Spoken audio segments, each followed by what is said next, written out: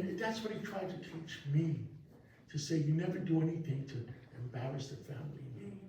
You never do anything to people to say he's a bad guy or whatever. And I try to teach my son and my daughter the same principles. And why did I write this book?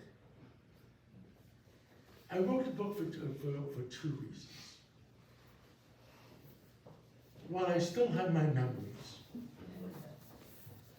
I want to write them down, because we had so many successes and so many good times. I want my kids to know about it, and my grandkids someday to read about it, or great-grandkids someday. To say, oh, that's who paid for my tuition.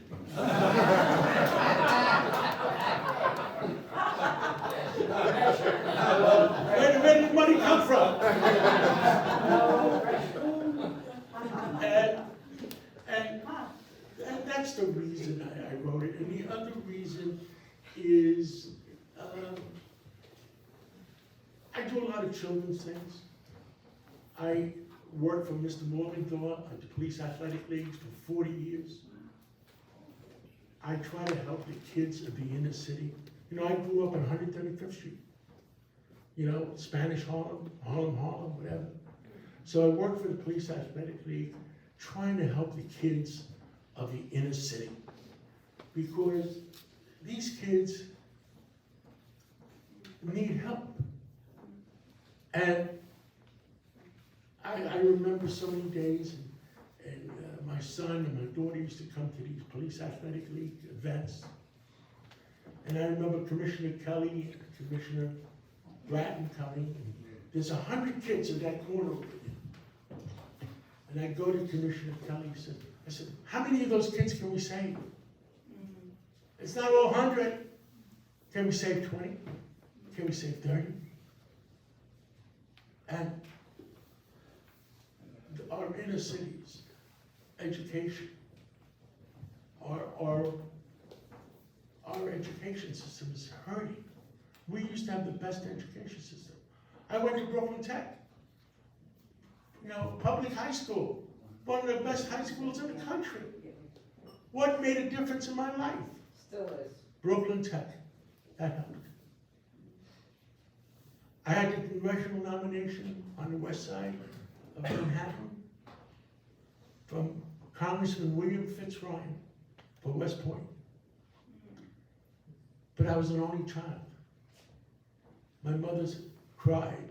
My father, you're gonna leave us? Yeah, so I couldn't leave him, and I ended up going to New York University. In the Bronx campus, when it was still there. But I wrote this book, and you know who, a lot of people, you know who's buying the book? Besides my friends buying the book, we have been, in the last 2 of the 3 weeks, we have been in the top 10 of the Wall Street Journal bestseller list.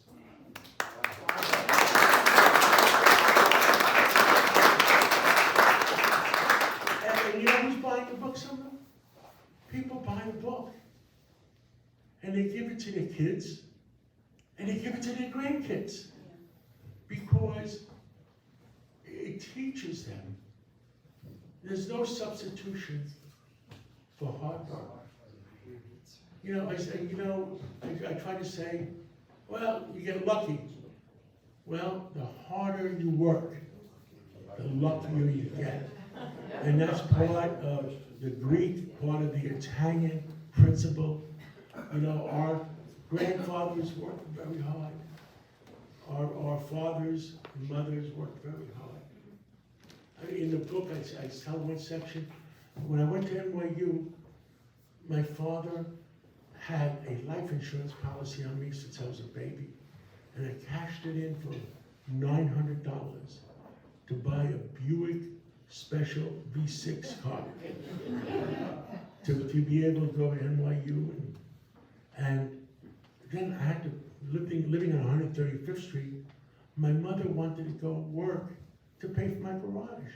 She worked 2 weeks, earned $40. I said, Mom, I made her quit.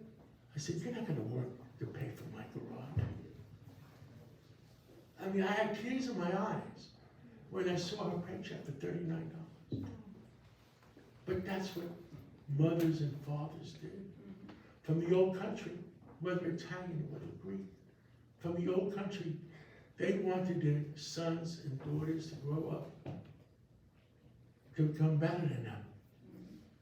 And this book talks about all the adventures I've had.